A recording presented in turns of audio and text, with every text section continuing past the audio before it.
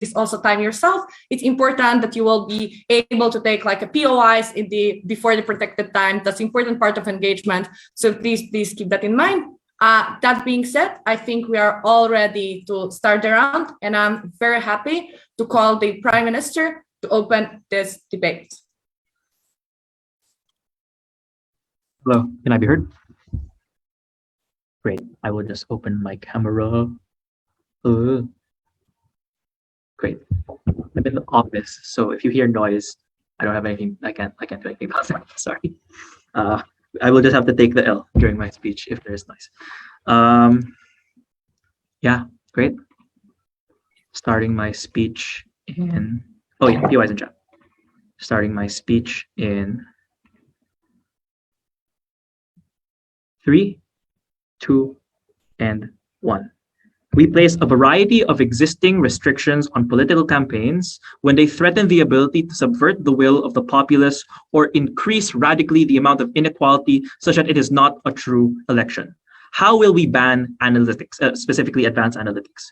First of all, just as a note, we will use these specific forms of banning to prove that it is very, very difficult to do, or if they can still do it, their impact is small and extremely limited. And a wholesale ban is the only way to realistically regulate these things. So there are two main methods of banning. Number one is we will ban contracting with tech consultancy firms and do audits on the capabilities of your employees as well as the campaign teams of the politicians themselves. So it's very hard to develop insights with large data sets in order to use it.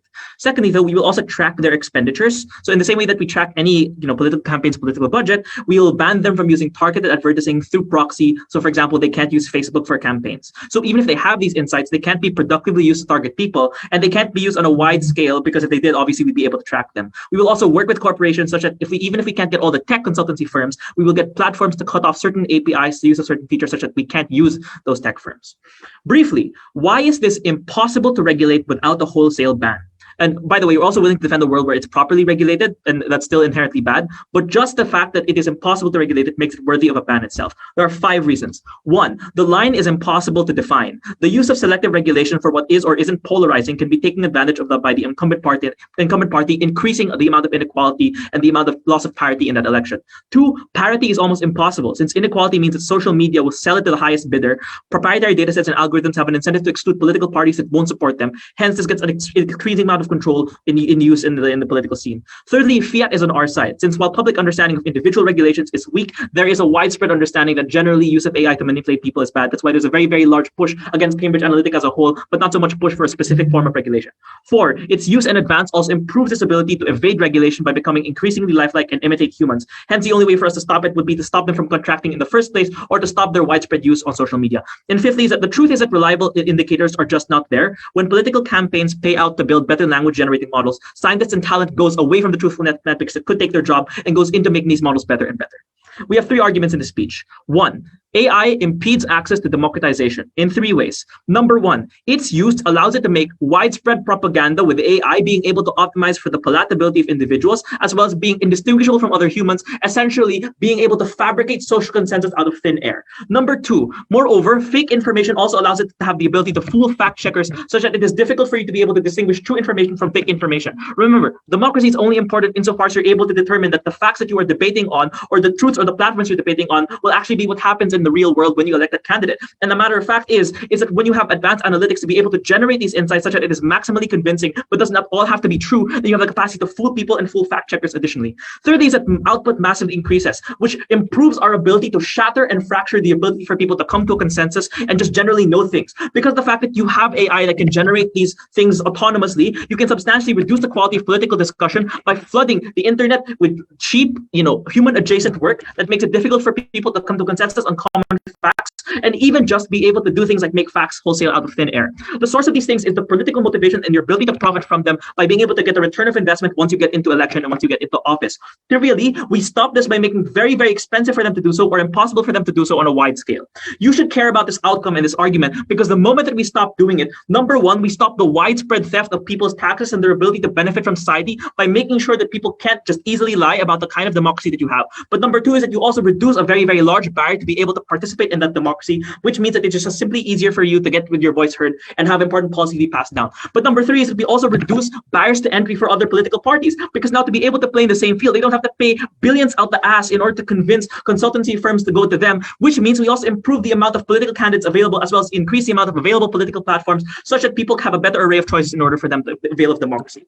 That's the first argument. Argument number two, fractionalization. We have learned a great deal about AI and human emotion, and that the most reliable and strong emotion AI can use to get votes is anger, fear, and riling up your old base. The problem is that AI doesn't just know you better, it can personalize it specifically to you. And when the ability to cater to each individual granularly is there, messages are more likely to get divisive rather than unifying. When Trump campaigned in 2016, he used extensive analytics and machine learning models to send messages to more vulnerable individuals to drum up hate about their particular issues because they could do this. The more you can personalize messages, the easier it is for you to authorize people safely without fearing that this could get to them potentially. Moreover, it's impossible or difficult to just target a few people on our side, which means that you have to cater more broadly to a wider audience, and hence messages that prioritize one group over the other lose voter bases, which means on our side you're more likely to get unifying messages and one that's able to unite people. What are the harms of allowing a democracy that may potentially be representative but is increasingly polarized and increasingly fractionalized? There are three harms. One, you polarize people, which means that they are less likely to come to consensus and agree on common things, which means that regardless of who wins an election, the wins are more marginal and less people are happy and represented for any given election.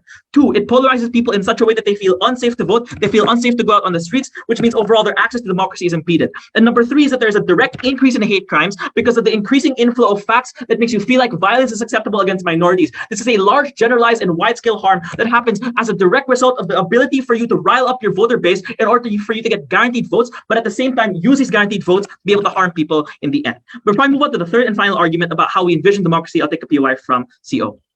Trump would obviously have an incentive to otherize people without advanced analytics because it's a way to mobilize his base. Yeah, well, there are three obviously responses to this. Number one is that it's trivially harder for him to do so because it's harder for him to know the exact issues each individual voter resonates with, but it's easier for him to come up with a message of unity that everyone can agree with. Number two, obviously it's substantially more costly. He would lose way less voters, for example, way more black voters, for example, if they knew that he was otherizing them specifically. And number three, right, again, it's just a matter of capacity. Finally, how do we envision democracy? We consider it to be an arms race between the ability for people to suss out what politicians are trying to do and politicians to lie to people. The problem is that you massively improve the ability on politicians on their side of the fence to sell you things that won't actually help you, but you believe will help you, because democracy is only valuable in its ability to aggregate preference. The massive tipping point, what happens with advanced analytics, is their ability to manufacture this preference. This connects people's fears, anxieties, and so much more in a way and a scale and a capacity that with many things that did not personally benefit them. So, for example, white American workers did not benefit from immigration bans. Building a wall did not solve immigration crises, but people believe that they would, which means the strength of AI and the use of algorithms is equivalent effectively to a gun or a form of coercion or persistently lying to people, with the ability to do that because it has the capacity to be recurring, which means you're constantly exposed to an idea that you are primed to accept, and because it is addicting, because it makes you explore more ideas. It uses the rabbit hole to recommend you more and more content that will radicalize you even further. These are not preferences initially, they are driven and convinced to believe these things and would have not believed these things otherwise. We think democracy becomes a sham the moment you allow it into its hearth. For these reasons, advanced analytics has no place in a modern democracy. Affirm. Thank you very much to the Prime Minister. We are happy to call leader of the opposition. Perfecto.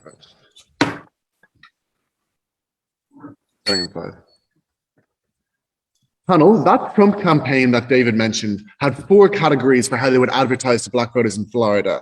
The first one was there's no hope, don't bother. The second one was dissuade them from voting for Hillary. The third one was you can potentially win these people over. And the fourth was rally the troops. Crucially, because this debate is not this house would ban political campaigns, or even this house would ban the use of basic models. This is about advanced analytics. We say they only get the dissuasion, they only get the no hope. We actually try to win people over. The question in this debate is not whether or not you want ads, it's what ads you want in political campaigns. And let's know crucial things about the status quo currently, because we don't say this necessarily favors the elite, because there are different fractions within the elite who want different changes in society. People who have different industries which need to either expand or contract, meaning you either want to uphold the status quo or you want to change it, meaning different kinds of political parties usually get huge funding. This is why in America, despite like the Republicans being the party of big business, the Democrats actually often get more funding and fundraisers. Crucially then, because of this elite opposition, most people have huge access to funds and can access this kind of technology. But moreover, things like active disinformation in advertising is already probably going to be banned very soon anyway, because of the huge pushes against it in most instances. But in other countries, unlike, say, America, the shame of being caught out lying in a political campaign is hugely politically disastrous, creating a cooling effect on doing it in the first place. But also things like these platforms in it themselves, libel laws and false advertising laws, means it's already not that phenomenon across most of the world. What is the metric in this space? We say, who gets people's preferences actualized the most within democracy? Why is this the metric? Because A, the state isn't its existence, is reliant on oppressing you each and every day, making you follow its laws and threatening you with violence if you don't do so. Therefore, it actively takes your agency away, and the only way which it can certainly repay that is by giving you agency and control back over the state, retrospectively, because things like benefits, what actually will help you in life, can often be uncertain because you don't know what people want. But secondly, note that preferences and what people say they want actually directs them towards benefit in life. Because oftentimes, say for example, if you are someone who doesn't like handouts, you may not vote left wing, even if it's the best for you, because you won't find it fulfilling to be on benefits. Crucially, then, we say preferences within democracy is what are most important in terms of people living the good life on the ground. One big point in this speech about uncovering and activating preferences, and we get far better advertising on our side. There are 4 burdens within this: the power of this technology, the capacity to find hidden preferences, what changes minds, we say it's persuasion, not illusion, and why parties try to expand their base as opposed to shrink it. But even if a burden on why that's good, then the benefits. What is the power of this technology? We say it has the capacity to find things about you, ways that you may vote, deep values you hold that suggest you should vote for a different party to who you currently do, which you aren't even aware of as yourself as an individual. Because crucially, people's socialization is such that it's hard to find the self. Deep introspection about what I hold truly valuable is something very, very hard. And these deep values and virtues are what you then use to transpose onto broader political issues, seeing what I find fulfilling, what do I think is correct and moral within a democracy. Crucially then, because this is very hard to do, you have to defer to those around you. This looks like, say, guys not ever watching chick flicks because they think, oh, that's not what guys do, even though they'd actually really fucking enjoy them, they should probably watch Clueless. Crucially then, you defer to those around you. The power of this technology overcomes that though, because A, there's a huge body of data which only advanced analytics has the power to process. Crucially then, you can use trends. You can see the way that other people have changed historically. The fact that people realize their preferences as they get older and older is somewhat true in the status quo, but we're able to activate that at an earlier age and show people their true preferences earlier, getting more representative democracy. Because you use these huge trends, this huge data to process how people are likely to change. But B, you're able to analyze things like temperament, things which have correlations and causations to the way that people vote or are likely to vote in the future. You find out what deep values people have, whether or not they think loyalty or these kind of different basic virtues is what they see as most important, or whether or not they truly do care about other people or if they are self-centered. These kinds of things are what are heuristics for political values at the top level, and you're only able to find them out through deep analysis of an entire person's whole body of data. Crucially then, though, because it is what determines that, when you have that analysis, you're able to find out what people are likely to believe in the future, what their true values are, what their true preferences are, even though they do not realize themselves yet because of their socialization. Second burden, what changes people's minds? We say it is persuasion, not illusion. And this crucially just takes out everything open government said. Because the simple premise here, if you are inclined to believe something, that is easier to convince you of than something you are not inclined to believe. So for example, if you are all say globe heads and I told you the earth is flat, you'll say fuck off. But if you think maybe that these say elite lie to you in certain instances, I can appeal to certain key values to make you believe, hey, maybe the Democratic Party doesn't have the interest of Latino voters in mind. These kinds of things. Why is this easier? Because A, you don't have to change people's minds. You just show people what they already believe in and of themselves. So you're not convincing someone of anything. You're actually just making them realizing things, which is obviously a lower kind of mental burden for people to do. But B, it's subtle. Because people don't want to believe that they were wrong, they don't want to be caught off guard and think, oh, I was wrong. Having my mind changed. So you have to do things in ways where you say to them, this is what you already think. You appeal to pre-existing values. And C, the idea that you are able to do those values versus going against common knowledge. People have conceptions of what is objectively true within the status quo, what descriptions of the world are, but subjective values, these kinds of things, you're able to persuade people with. Whereas active illusion requires lying about the truth, lying about the objectivity of the world, which lets you things like fact checkers bringing in, people just trusting you as a political party, these kinds of things. Before I move on to the last burden, ANU. When Trump sends his most sexist messages to men and his most racist to white people, how are people not from those groups meant to make educated decisions when they never actually see because on your side, he sends those messages to all men and all white people. On our side, you realize that is not the hidden preferences of some people. That is not the socialization of the group. That is the socialization of the group as a whole, but it's not how each individual's true preferences are. So we get less of that polarization, less of that stuff. That's the crucial premise here. C, why do parties try to expand their base as opposed to shrinking others? Because A, if you win over more voters and you get more bases, you're obviously just anti-fragile. If you lose one group, you have others. So you're more likely to survive in the long term as a political party. But B, efficiency and competition. Obviously, it's easier to, rather than try to persuade some swing voter and dissuade another Democrat voter, if you're the Republican Party, can flip a Democrat, that's two for the price of one, essentially. So it's obviously more efficient to live for your interests. But even if that's not true, why is things like dissuasion good in itself? Because if no party suits you, you should know that. You should be able to complain. You could say this democracy is a sham. We say you should not vote for people who do not represent your interests. But crucially then, even if you don't explicitly complain, the models will see your frustration, and then another party who also has access to this technology is likely to cater to your preferences in the future. What are the benefits of all this? It means A, we get a more accurate democracy, which is good in of itself because we're weighing at the top of the speech with the metric setting. But B, you get proper catering to voters. You realize that certain voters do care about certain social values or do care about climate change, and you get more action because crucially, you want to fulfill what you promised to voters so they don't think, you didn't actually do what you said. You don't actually hold the values that I think you do. I'm not going to vote for you again. So you have to fulfill your campaign promises. But C, you get things like formerly disenfranchised groups out voting because you appeal to preferences which they didn't realize they had. You make them realize maybe I should vote in this democracy. We think this is a good in and of itself, but has a limitless amount of benefits. Thank you. Thank you very much to Leader of the Opposition, and it's time for the Deputy Prime Minister to continue the debate.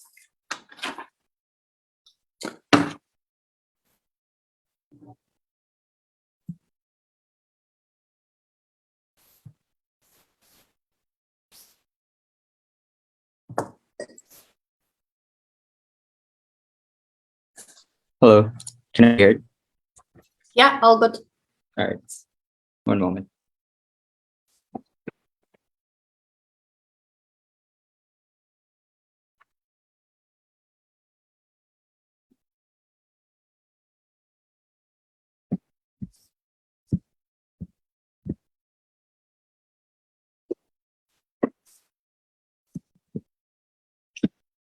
All right, I'm going to start my speech in 3, 2, 1. So I think the winning clash on opening half is to determine, are they more likely to manufacture preference or aggregate preference? Because if we prove they are more likely to manufacture preference, we win the debate.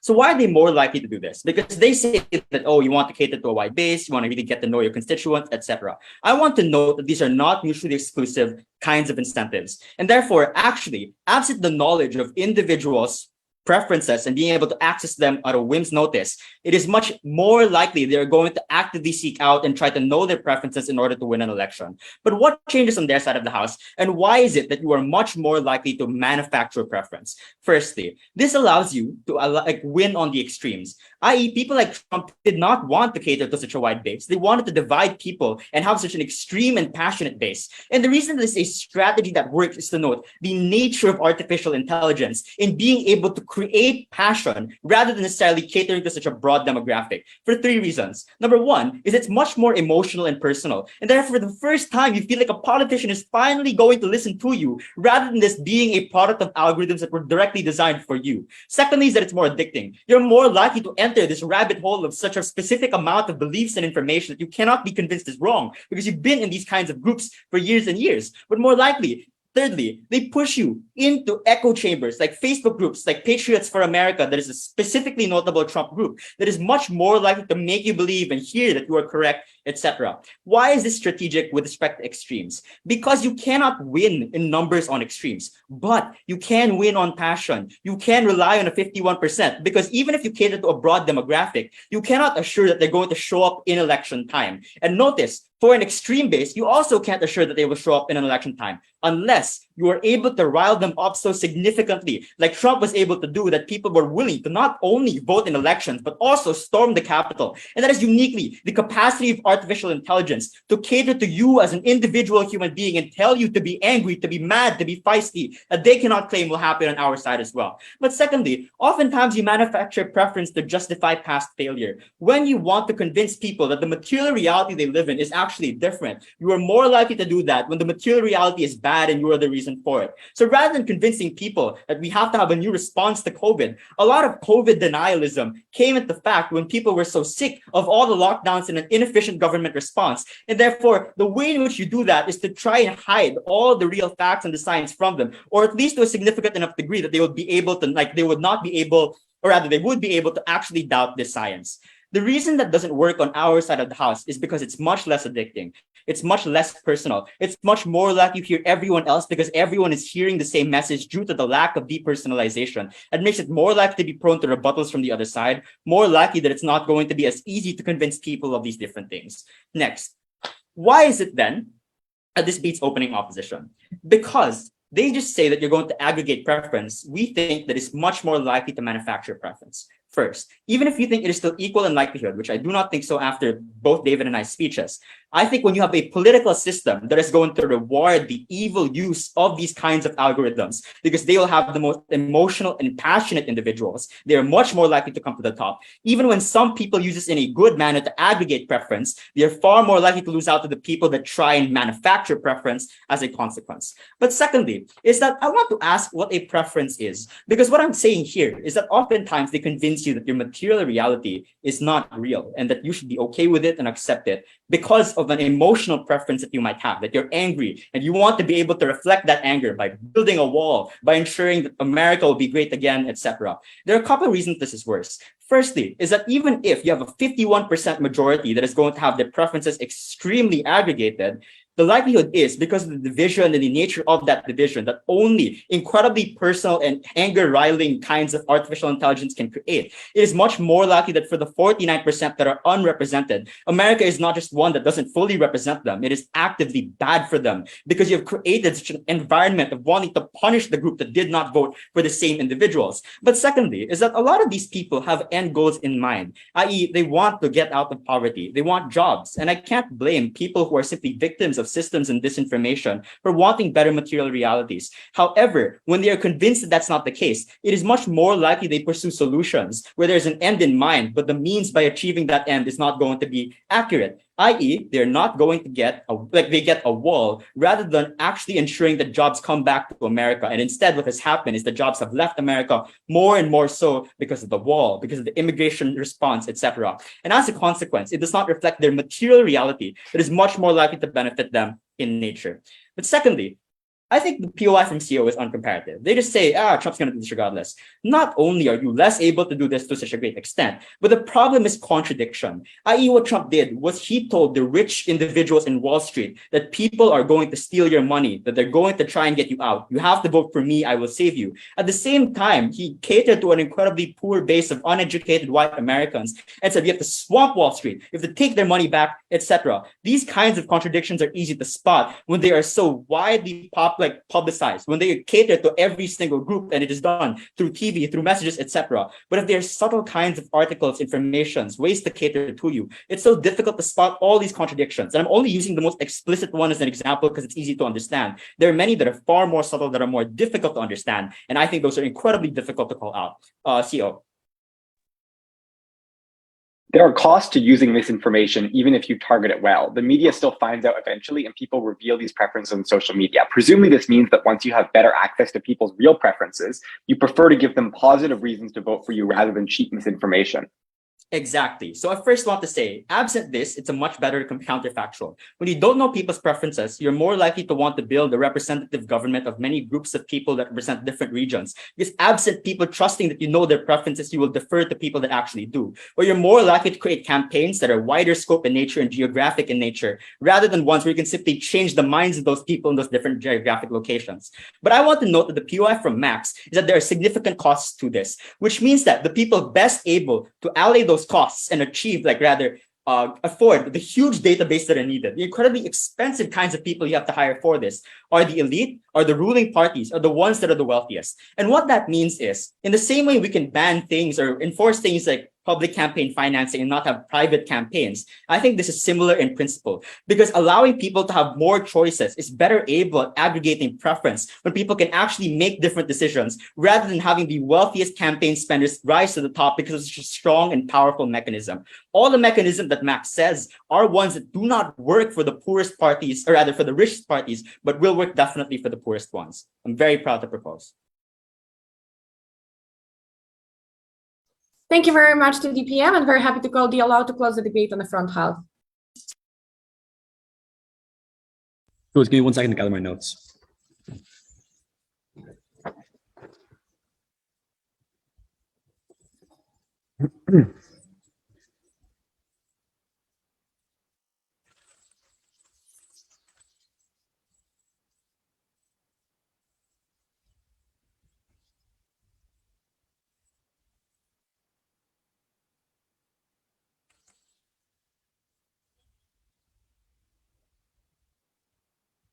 In government are trying to have 4 different debates at once. Let's be clear on what the actual comparative is, what the motion calls for us to defend, and what the motion calls for us to ban. Check your phones. It is specifically about the use of advanced analytics in political campaigns. Note, you have the incentive and capacity for the elite to want to maintain their power anyway, so they will use whatever tools are available to them outside of this banning. What does this mean? Firstly, is you still have artificial intelligence doing mass generation of political advertisements because it's not using advanced analytics to determine what those advertisements are. It's just making as much as possible. It's language writing AI. Secondly, you still get targeted advertising, but it's a little bit more blunt. So you send your black voter advertisement rather than something which is specifically targeting their specific needs and wants. Notably, this oftentimes is built up in rigid social biases about what you think a particular group wants or what you think will be persuasive towards them. This means the Deputy Prime Minister example of Wall Street voters versus regular voters getting different advertisements is absolutely not comparative.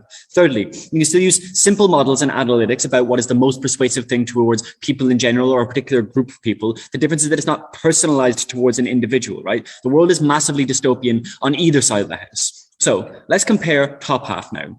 Opening government. What are the claims that they make? Firstly, they say your output massively increases. Notably, this is absolutely not comparative because of the things I've just said, where AI can still do a huge amount of increasing output. Secondly, they say it's easier to fool fact checkers because of the amount of increase in advertising. Note, this is hung on the same premise that you massively increase the degree to which you're doing these things. You can still have disseminated messages. You can still have AI making 5,000 different kinds of advertisements and sending them to the people that you think you want to do. The difference is the advanced analytics about what makes up those advertisements and who they're sending them to you. Thirdly, they say increases widespread propaganda. No, again, this is hung on the previous claim too, because it's about the scale rather than what's in the actual message itself. Fourthly, they say there's a higher barrier to entry here because it's expensive. Notably, this isn't really comparative either. Even with the ban, you would still have the most amount of capital for conventional advertising and conventional targeted advertising going towards those with the most power within society. But note the comparative here, because we explained to you there's a lower barrier to entry for doing things like unlocking previously locked away voter bases, which is to say, under the status quo,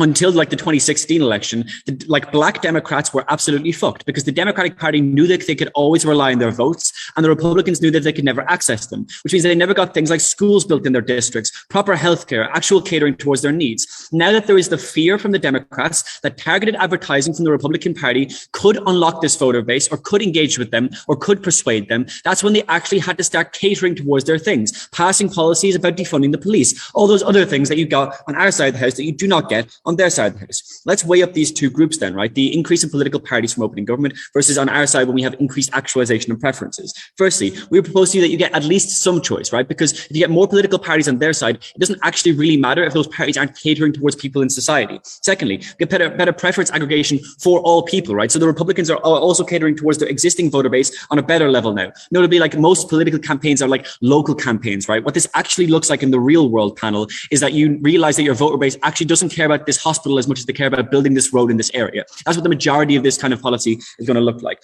Thirdly, also like a lot of big tech is quite liberal because they're young people in general who tend towards being a little bit more liberal, which means they're not always going to fund the institutionally powerful actors. They're also going to fund left-wing parties and just in general other parties as well. But also you have philanthropists and elites who are able to fund smaller political parties getting into these kinds of domains in the first place.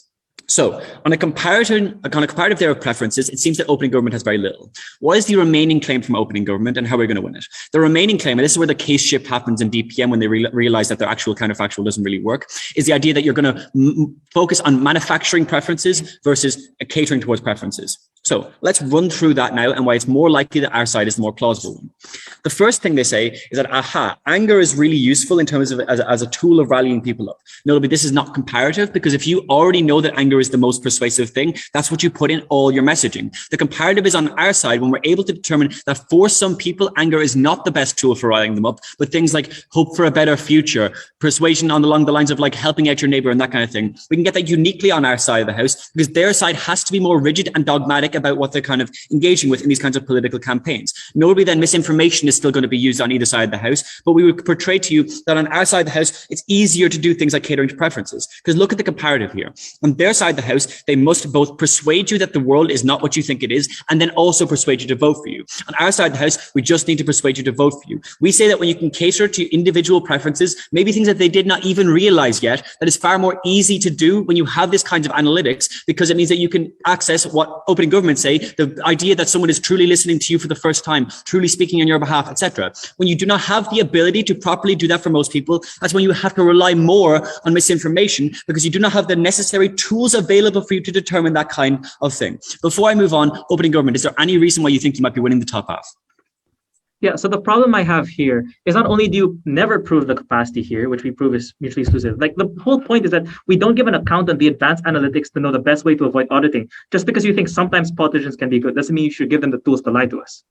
No, but like if your claim there is that you need to regulate it because it can't be regulated, most like human life can't probably be regulated. Like that's not a claim towards why it should be banned. If your idea is that like, oh, it's difficult to audit this so you can't tell what people are doing, again, that's not comparative. We're using large scale artificial intelligent generated AIs to create political campaigns. Like that element of the case is not comparative either. The comparative thing in the context of this debate is the comparative between whether you allow voters or like campaigns to look at what an individual voter's preferences are outside of their social biases, which oftentimes people aren't even aware of, as Jack points out to you, and weigh on that basis, or whether you have to use blunt instruments on their side of the house, like relying on a particular like black voter or voter, like a female voter, to do particular things. Inherently on their side of the house, targeted advertising is much worse because it only caters to what you socially believe that group should be engaging with, rather than what actually that group of individuals might actually want. So how do we weigh up this debate in terms of what we bring you in opening opposition? We put forward to you a very simple claim that gets very weak responses from opening government. The claim here is that when you're able to tap into individuals' preferences, their deep lying preferences, that is the thing that is most persuasive towards them because they feel like they're being truly listened to. Opening government agreed with this in their own mechanization, so they can't walk back on it. In those instances, that's what you do. You unlock voter bases like who you didn't previously have. You get more people engaging the political platform, and you get better policy overall insofar as these promises translate into policy in most instances. On their side of the house, they absolutely must stand over blanket policies which defer to the lowest common denominator of things like anger, of things like misinformation, of things like drumming up hate, because they have no other tools available to them to determine what it is that people want. It's a very simple case from opening opposition, but it's very persuasive because it pertains to the most proximate consideration of this debate, which is who gets more preferences actualized in the political realm. Therefore, we've gone through this debate and we beg you to oppose. Thank you very much to Deputy Leader of the Opposition, and it's time for a member of the government to open the closing half of this debate. Here.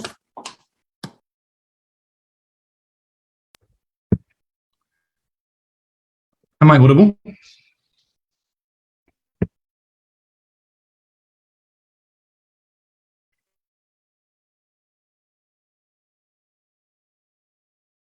Starting my speech in 3, 2, 1. The way that we're going to win this debate is that we're going to talk through the nuance of all the other political actors and all the others involved in the space of utilizing this technology that create truly horrific outcomes for people that opening half has completely ignored. I'm going to address 3 main things. Firstly, I'm going to talk through privacy. Secondly, I'm going to talk about cost and political access. And lastly, I'm going to talk about accountability regarding legislation and things that our opening missed. So firstly, on this notion of privacy, we think that it's incredibly important to note that the way opening half set up this debate is that corporations are going to be taking a consultant, and these things are going to be involved in this process, and they're going to have to build massive data files on how people vote, right? Because we don't think you can just predict what someone's most core interest is, or what things they most fundamentally care about, or how to make the most effective data building platform with just like a little bit of information. You have to be going in trying to collect as much as you possibly can. Are these people sympathetic to gay people? Are they sympathetic to immigrants? Are they sympathetic towards things like climate change? That is not just a little bit of information. That is a large amount of a political file building around them.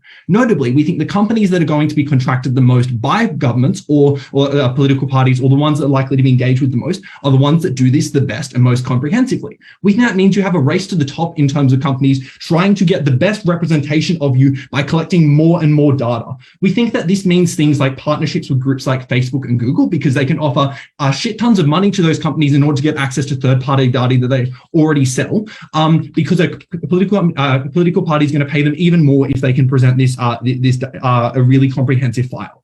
What is this data and what is it likely to look like? Because opening half doesn't really give us any conception of this. We think this looks like, the photos that you're contained in. If you're traveling a lot or you're in those kind of things, maybe you can be classified as, slightly wealthier and they can consider you in that way.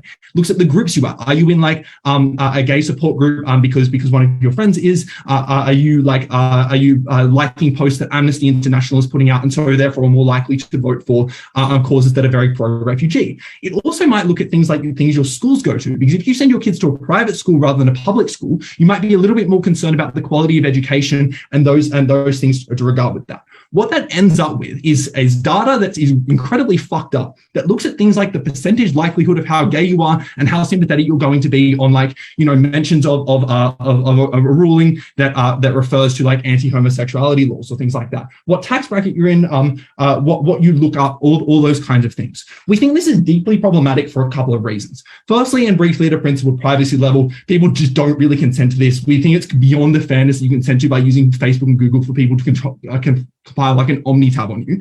But secondly, we think that there is an incredible vulnerability of data leaks, right? Because, at the same rate that technology and cybersecurity is increasing, so too is things like hacking, trying to get data into these things. We think that when collapses of the NHS's hospital infrastructure have occurred in notorious cyber attacks, we don't think it's okay for an opposition team to get up and just say, we can guard against it, right? Any data that you collect is susceptible to, exposure to leaks. That is why bank accounts get leaked all the time and put up on places like the dark web. We think a couple of things occur for this at an individual level. We think that there is an increased susceptibility to individuals for crime, for things that they leak for. If you're able to build up a comprehensive view of how people interact their lives, when they go to their house based on things like location data, what school their kids go to, or things like that, that allows for more things like even things like kidnapping to be involved in this. We also think there's likely to be backlash from companies or doxing and things like that, because if a company that you're working for has a quite a strong stance against gay people in parts of the world that isn't particularly well regulated, or where public figures have their addresses exposed, or minorities are exposed in times that hate speech is likely to be amped up, as our opening explains it is. We think all those things put a lot of individuals at risk from other individuals within this. But the third and perhaps the most important thing to note is the abuse by government, because notably they can either seize, or the government is literally a political party that has access to all this information, which means that all this data isn't just relevant for the people you think you can win over in the debate, win over in the campaign, but it's the demographics matter for all the policy and decisions that you make after, because you still have access to all of it within this, which means, if you're looking at say a US context, it means you can flag to the authority if someone has looked up abortion access in the past or ordered Plan C, that puts you on a watch list that if you ever need to access it again in the future, or makes it look like you are more supportive of those kind of things. We think this is particularly bad for groups such as minorities or any group that the state wishes to oppress. Particularly the weaker the democracy you get, the more ability for authoritarianism to seep through, the more active discrimination a state engages in. We think that is much more likely to be fucked. Notably, the increased investment because of the competition incentive of parties within elections in this technology and that race to the top by companies means this data is so much more comprehensive than it could ever exist in any other thing. That is incredibly fucked. Before I go on, I'll take opening opposition. Yeah, this is very, very basic data, which does not require advanced analytics to use, and which governments, policymakers, corporations, and parties all already buy anyway. This isn't private anymore. This is the 21st century. Yeah, so that didn't listen at all to any of my analysis as to why companies have an incentive to race to the top, because the better the data file you build, the better accuracy you have in elections, which have noticeably had poor polling in the past, the better all those things you can do, the more political parties are likely to pay for it. I gave very clear reasons as to why that is not true. Second thing I want to talk about is cost and political access. We've already heard a bit in this debate that one of the major flaws in campaigning at present is money, because visibility is incredibly essential where there's a lot of apathy in political systems, particularly where you have non-compulsory voting, right? But we think that this isn't just about increasing the campaigning gap that exists in the status quo, and this is how we get over our opening government, is that the cost uniquely hurts grassroots movements, right? Because notably, they often require a far more direct and personal connection as their way of campaigning and trying to get out and that get that visibility that's so important to how people actually turn up to the polls for you. You require volunteers. It's the only way for visibility where you don't have massive sums of money to throw at all these kind of things. Notably, massive election parties often are only able to use like massive ads that are able to get widespread reach. We think this competes with a lot of grassroots movements that are often run by like groups that are historically disadvantaged in society or come from like more progressive backgrounds. This isn't just saying progressives are good. This is saying that having more candidates of a different variety is quite good in this debate. And we think they have a far less lack of success and a far less lack of buy-in by volunteers when they're being directly competed on their ability to interfere, to connect with individuals. Lastly, what I'm going to talk about is lobby groups, where we think there's more political actors than just this. We think that lobby groups of certain political interests, such as, mining companies that are incredibly wealthy compared to like the equivalent like grassroots, more progressive thing, are also probably going to have some kind of access to these kind of things. And when we think that, when a subset of people who would view a political party's advertisements more critically, but not another thing, we think that they don't react in the same way and they don't have the same election laws imposed on them. They can probably get away with even more of the polarization stuff. What's important to note at this is that privacy is an incredibly important thing in this debate that utterly leaves people in massive danger. That is why we're so proud to close. Thank you very much to the member of the government, and very happy to call the member of the opposition to open the case for closing up.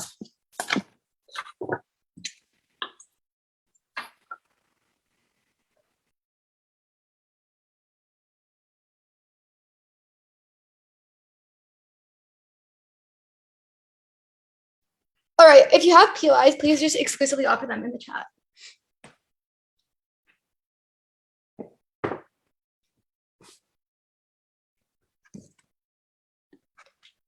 We're going to be talking about three primary things on closing opposition. Firstly, a far better explanation than our opening about why there are massive information gaps that parties have under the status quo. Secondly, why those information gaps lead to an over-concentration of attention on swing states and how we bridge that gap. And finally, on how we advantage smaller parties. Before that, I have a couple responses to closing government. On data leaks, this is likely to be highly regulated. People are horrified of data leaks. They don't want corporations to get their data. They're scared of things like Cambridge Analytica, meaning that A, they're likely to push for state regulation of these systems, but number two, companies want to internally regulate themselves to avoid things like data leaks in order to avoid defection from political parties to purchase the tech of other companies instead. On their claim about now you're going to see people who are Googling abortion, firstly, this is about an aggregation of metadata. I don't think it's necessarily clear that you know the individual Google searches that every person is making. But secondly, if states or companies wanted to be oppressive, they still have access to this information on the cloud regardless, meaning that if people are going to be scared that chilling effect, our first major extension is better reasons in our opening about why there are information gaps under the status quo. Only really says like deep emotions. It's kind of assertive why parties cannot access people's emotional tendencies under the status quo. The actual reason is that parties have massive resource constraints, and investigating all invaluable information about voter demographics is extremely expensive. Resource constraints is a very intuitive premise. They only have so many donations. They need to pay their staff within the party. They need to pay to run ads. They need to pay to lobby. They need to pay to organize things like rallies. And otherwise, these kind of things are very expensive. Firstly, door-to-door knocking over extremely wide areas often involves paying staff, especially when there's insufficient volunteers. And it's often just not feasible if you're not a regionally based party to actually do this in all constituencies. Secondly, there's just an infinite number of policy areas to try and learn and discover from other people. And thirdly, trying to understand nuanced preferences is often less certain for the party than the guaranteed impacts of trying to mobilize voters whom you already have. I mean, that given that they have other expenses, their marginal tipping point often resorts away from actually learning valuable things about voters. Therefore, if you think that O's impact about like campaigning to people more accurately is important, we better ultimately mechanize that claim. Given that there's resource constraints, what OG says to clash with this is basically, it doesn't really matter because now parties are going to do really bad things like try and manufacture your preferences and send contradictory information to voters, especially when it comes to polarization. I have two responses to this. Firstly, sending contradictory messages to voters is a bad political strategy because then both groups are going to be pissed when it comes to broken promises. Obviously, if you have contradictory promises, you are unable to fulfill both. So if you do that, you're going to increase backlash from the group that you actually lied to. Secondly, though, on their comparative, I'm just not sure that saying publicly hateful things rather than polarizing underground is actually a better strategy. Figures with cults of personality spewing racism, sexism, and homophobia, normalizes those things in political discourse to a much larger extent. I think that we prove that under both sides of the house, parties will have an incentive to manufacture preferences. On Gov's world, we more structurally prove that why the information that they have access to manufacture preferences is information that is substantially worse. Our second extension, that is why limited information leads to an over-concentration on swing states. When parties do not have enough info, the safest campaign strategy becomes doubling down on swing states in highly contested areas. The reason for this is a capacity issue. On both sides of the house, you have the idealistic incentive to campaign in a higher number of areas because digging into perceived state seats of the other side is more advantageous to expand the tent of your party into the long term. However, now you uniquely have the financial capacity to learn things about voters that are not in swing states. You just have to swallow the fixed cost of purchasing a machine to rapidly have access to information about a very, very wide group of voters. So under our side, you look into the demographics of a far more expansive group for the same fixed cost. I think that therefore parties are going to be more likely to crack solely into the safe seats of the other side and to actually investigate these voters, especially because under the status quo, they're often wrong about how safe seats actually are for other parties. They're always using lagging data based on past information at a certain point in time because you have no empirical way to actually update that kind of data. So perhaps an area could be a swing state, but you're assuming that it's a safe seat for the other party, and if you're basically just letting them have that seat. We also believe that it's more possible under our side of the house to actually crack safe seats to a large extent when you have access to more intel about voter demographics in other constituencies. I think that it's good for parties to try and crack safe seats more for a few reasons. The first is that under the status quo, swing states just arbitrarily get more resources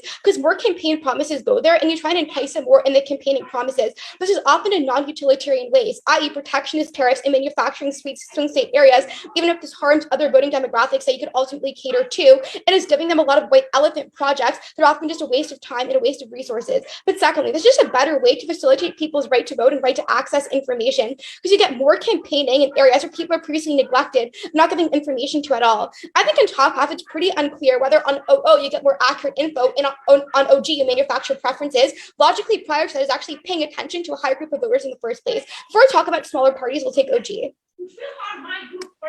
Racist messages have more emotional power with more information and are less likely to be corrected and lose you popularity. Yes, Trump still does this on our side, but he also No. Racist messages don't have more power with more information. I don't get this. You know that people are racist. You're just going to resort to the same stereotypes. The Mexican immigrants are criminals. We need to build a wall to keep them out. I'm not sure why it takes a rocket scientist with perfectly accurate information to just say racist things. How do we advantage smaller parties?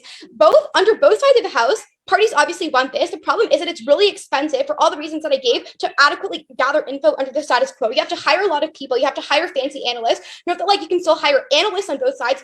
Those analysts just don't have the same kind of advanced data schemes, and it advantages larger parties more because you have more volunteers to engage in things like door knocking. So smaller regionally based parties are pretty screwed. Why is this tech probably going to be afforded by smaller parties? Firstly, you have a fixed cost versus to a long run expansive cost. Yes, it might be quite expensive at first. You can just convince other people in the party, we have to have this one-time expense. Then you get good tech into the long term versus the continual cost every single campaign of having to try and hire a higher number of people, which is quite infeasible. Secondly, though, the tech is just unlikely to be that expensive. It's not like only one company has this tech, it's patented and it's really fancy. A lot of analytic data is used by a myriad of corporations under the status quo. When it comes to things like actuaries using this in banks and all of that stuff, it's just AI evaluation mechanisms to scan large groups of data that a bunch of industries are tapping into. Meaning there is corporate competition, a variety of companies selling this data, which exerts downward pressure on prices. So big parties, always have more info on their side, whereas we level the playing field by decreasing the barriers to entry for small parties to use tech. And even if this tech is marginally worse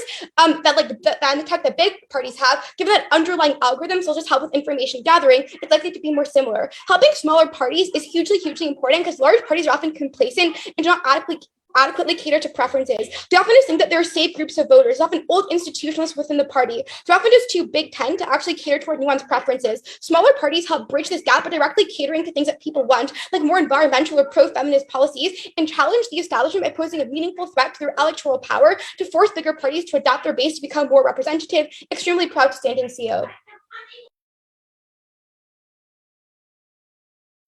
Thank you very much for that speech, and very happy to call the government whip to continue the debate on the government side.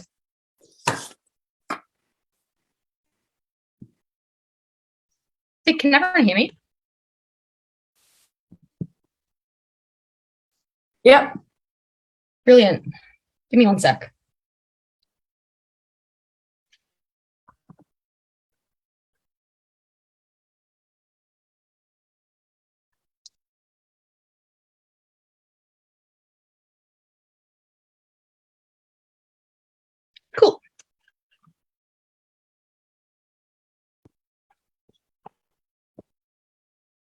dealing briefly with the CEO's extension about swing seats, then talking about access, people's reaction to this information, and finally, why we win on privacy alone. Firstly, dealing with CEO's extension on swing seats. I think the first thing to note is that the idea that parties only focus on seats they think they can win is that haven't swung in the past is empirically untrue in the status quo. I think parties are continuing going to look at ways that they think potentially seats might swing now that they haven't in the past. So for example, states like Ohio swing in like the 2016 election when they haven't previously for a period of really long time. I think that's because parties still are likely to look at different ways they can get a comparative advantage. But the second thing is to say that in this status quo, you're still likely to try and swing these seats, focus on everyone anyway, because you have a national coherent message that people look to, whereas that doesn't exist under government side to opposition side to nearly the same degree. Finally, I think you also have parties that have the likely same belief that swing seats just have people who are easier to convince in the first place. So for example, Republicans are trying to likely to look at Democrats in seats that are traditionally swing seats as opposed to Californian Democrats because they think they ultimately might be more receptive to the Republican ideal. But notably, what I'm going to prove to you in the rest of this speech is this disproportionately benefits certain groups of people and not others. So even if you think that swing seats are going to be targeted less and countries are going to be targeted as a whole, then it's obviously a really bad thing if it only disproportionately promotes populism, for example. Okay, secondly, on access. What Harry tells you in his speech that this uniquely locks out grassroots movement, and CEO's second part of their extension is kind of responsive to this. The first is that the thing they kind of say is it's really expensive to kind of campaign in a wide direction in the status quo, but when you have competition for this information, it's likely to be cheap. The first thing to note is that it's not inherently really expensive to campaign in the status quo. A lot of grassroots movements, in particular left-wing grassroots movements, rely on large volunteer bases in order to make their things happen. So it's not nearly difficult to the degree that that government wants to tell you. But the second thing to note here is this is unlikely to be cheap because of competition. This is an incredibly valuable corporate product that these companies are selling. You could have a contract with the Republican Party for millions of dollars, essentially, because that is how valuable it is to them, right? It is the big parties that set the price in this instance, not the small parties. And obviously, they have an incentive to lock the small parties out. So they're likely to make contracts, that, for example, with companies that means they cannot sell this data to smaller groups. And because it's such a big undertaking, it's likely to be incredibly expensive for these companies in the first place to provide that data. So they're unlikely to do it for cheap. We get over opening opposition here, right? Because we explain why the groups of people you lock out is disproportionate. They say it's expensive, but we tell you that people with the most money in politics are often on the right wing because they have the corporate interest to keep things like mining going and to keep policies that promote corporate interests up. So it is disproportionately, for example, right-wing lobbyist groups or right-wing parties that have access to this data. Obviously, big left-wing parties will have access to this data as well, but it is smaller left-wing parties and left-wing grassroots movements that don't get this data in the future and are significantly less electorally successful because they have to continue to do things that are not targeted while everyone else has that targeted information. That is why access is so much worse, and we win the debate on that alone, because obviously it means you have less representative democracy here. Secondly, on reaction to this and dealing with stuff that both opening and closing opposition tell us about media scrutiny. I think what we have to note here is that a lot of media scrutiny on like incorrect facts and statements right now that parties have said is led by people being angry, right? So conservative voters don't call out conservative parties for having incorrect facts because it ultimately benefits them. They're called out when these ads are on national TV and voters that disagree with them bring those to their National Electoral Commission. But no, parties are now able to bypass that and make sure their misinformation only goes to people who won't tolerate it, right? I think this is important because your enemies seem a whole lot less bad and people who are against your interests when the only things they tell you make them seem kind of good. So for example, I am probably less likely to think poorly of the Conservative Party in Australia, even though they do really fucked up shit, if they only give me ads about how good they've been on the environment in the past 3 years. And that means I'm significantly less likely to try and fact check them for certain claims, or I'm even less likely to see see those claims in the first place. This responds to the stuff that opening opposition tells you about misinformation existing on both sides. Obviously it does. It is much more visible under their side of the house than under the side of the in our side of the house and under the side of the house where parties are able to find it. Now dealing with opening opposition stuff about looking at people's preferences, I think they kind of implicitly note to you throughout their speeches that values are the kind of things that people find convincing, not facts, which is really important because Trump tries really hard to win voters still, and he tries really hard to win the white man, whereas instead in the status quo, he kind of moderates his racism, right? Because it obviously isn't palatable to everyone. What he does now it's incredibly racist towards the people that they have found enjoy racism, and to people who do not, they, try and get the empathetic white man by making him be more empathetic to American farmers, thereby meaning that he doesn't support policies on immigration, right? That is incredibly important, because when you talk about looking at preferences, you have to note that they are bypassing people's, values. They are bypassing people's rationality and helping people actually vote for things they disagree with. No, that's probably disproportionately helpful for the right wing, because people who are already racist are unlikely to be convinced by pleas to be more empathetic, but people who are empathetic can be convinced by pleas that suggest they should be empathetic towards different people. We also win on this thing about reaction alone, because Harry tells you that people think of this information far less critically when they're not from political parties. Things like lobbying groups exist, and people are less likely to evaluate the information that they get from those parties critically, which means this misinformation is likely to be even more powerful when it's particularly targeted. I'm going to go into privacy in a sec, but before I do, I'll take a POI from opening. Delta of privacy is low, and small parties are likely economically locked out either way. But both of these things are only important because they let people control their own lives, which we get better by unlocking disenfranchised voters and better actualizing preferences. One, you don't allow disenfranchised voters to access their preferences any better when you're trying to exploit their emotions. Two, smaller parties are not locked out in the status quo because they can do things that are effective political campaigning for free. They cannot do that when the bigger parties have this comparative advantage on cost. Okay, on privacy, opening opposition characterizes this debate as these people knowing about your true values. How the fuck do they determine this without trolling through everything you have done on the internet for an incredibly long period of time? Otherwise, that's kind of the thing that opening opposition relies on here. So if you believe that, you have to believe this is incredibly invasive. Political parties have an incentive to find the most information possible, because that is going to be their comparative advantage to winning these elections. Note, they don't even have to make a partnership with a tech company, right? They control your publicly available information on your Facebook and your Instagram. They have a whole little pile of data that AI analyzes to find out who you truly are. But we also tell you they're likely to lobby Google and Facebook. It is so much money that it is incredibly likely that these tech companies do sell it to them, and probably do so in an underground way to avoid criticism. But no, data has to be held for a period of time, and it is unlikely to be anonymous because they are directly tying this data about you to trying to campaign to you. What does this mean? The first is we're much more vulnerable to data leaks, right? This is the literal most valuable data in the world, obviously for international groups that want to interfere with domestic politics, but also just for corporations wanting to advertise. Closing opposition says there'll be regulation, but obviously government information was already incredibly valuable and people get it hacked anyway. But the second thing is to say that if these things do get hacked, these groups are just likely to hide it in the first place, so we don't even know that it happens. But the second thing here is to know that this doesn't even rely on hacking. Governments in many countries are often political parties. In countries that don't have strong anti-corruption laws, this gives them access to data that they never had before in a way to control your preferences that uniquely benefits them and uniquely benefits enforcement of rules. This is debate winning in of its own, so proud to propose. Thank you very much to Closing Government Whip. And to summarize the debate as a whole, I would like to invite the opposition whip.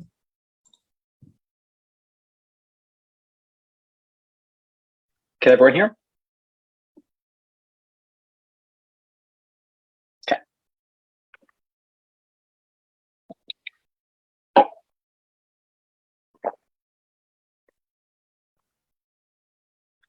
Going to talk about four things. First, why OG is wrong about the new marginal incentives for contradictions and racism. Two, why the CG extension is just very low impact. Third, extraneous responses. And fourth, extensive weighing against what OO is. First, why is OG wrong? I think they make two very problematic assumptions. Number one, that there are very few costs to parties using contradictions and aggressively racist messaging, or that those costs can be overcome using personalized messaging. I'll deal with their first argument. You're better at targeting people's internal emotions, and therefore, as a result, you're able to shift their preferences in some meaningful way. First of all, I think the front half just ultimately deadlocks on the question of whether people have these hidden magical preferences that OO says, or whether you can invent new preferences for them, as OG says. I think they're awfully unspecific about how this occurs. OO counter asserts that they're in their psyche somewhere deep in there. I think the better way to deal with this clash is the question is, do you use this for anger? Under OG's own characterization, parties already know that anger is the most powerful and primal emotion, quote DPM. This means that you're going to get populists like Trump in either world being electorally successful by using this stuff, especially in the status quo. The difference is now the establishment, or at the very least small parties who aren't racist, and literally anyone else other than angry right-wing populists, are vastly better at tuning into people's emotions. So in a world where you were likely to get these outcomes sometimes in non-constructive ways, other parties are better able to tap into people's preferences. The important implication here is that OO just says more disenfranchised voters vote and people feel more politically engaged. Total assertion. Our response to valuable electoral strategy for some parties to get specifically advantaged via randomness, like having access to people's emotions in better ways. Now all parties do, so there's better electoral competition. The next thing they say, you're better at micro-targeting racism and using contradictory messages. And their framing is like, in the status quo, Trump has to broadcast being racist to everyone, and he doesn't like this. He wants to do hidden racism. I have a couple responses. Number one, I think OO probably sufficiently marginalizes this claim already. Lots of people have internal racism they don't know about, and it's not going to be necessarily visible to people on social media. So I think in a lot of cases, there is a preference in general for populist racist politicians to want this stuff to be public because more people pick up on it. Look what Trump did in Florida, for example, with weaponizing Latinos against new immigrants and Black Americans. Second of all, there are costs to doing these things. Even if you micro-target really well, all it takes is one person leaking this to the media or people starting to talk about it on social media and other parties noticing it and reposting their ads. Like, look, the Democratic campaign literally did this to Trump. They found the racist stuff he was spreading to different groups and they pointed out the contradictions. So the point is that this is costly, even if it becomes marginally easier to do it. This means it won't be used in a lot of cases and is not very impactful. I think the last thing is, Naomi already points out, if you contradict in your first campaign and then you get elected, you have to break that promise at some point. And we know for a bunch of like very obvious illustrations that voters very, very heavily dislike politicians breaching promises because it's a very clear thing that voters see tangibly. So this is not going to happen. They say that elite parties are able to successfully use this stuff more. Number one, this is just an outright contradiction from OG. They say the angry populists use this more because anger. Now they say elite parties use this stuff more. If anything, this should just counteract. The elite parties can get to people know people's emotions more, so too can the populace. Second of all, Naomi's extension implicitly clashes. She points out why the resource constraint to scaling a campaign and getting volunteers in all kinds of districts is one that has increasing marginal cost at every point. But technology is comparatively a fixed cost. Yes, it takes a lot of money to get. Yes, it takes a lot of resources, but once you have it, you have it. And the maintenance costs over time are far lower than every campaign having to rescale.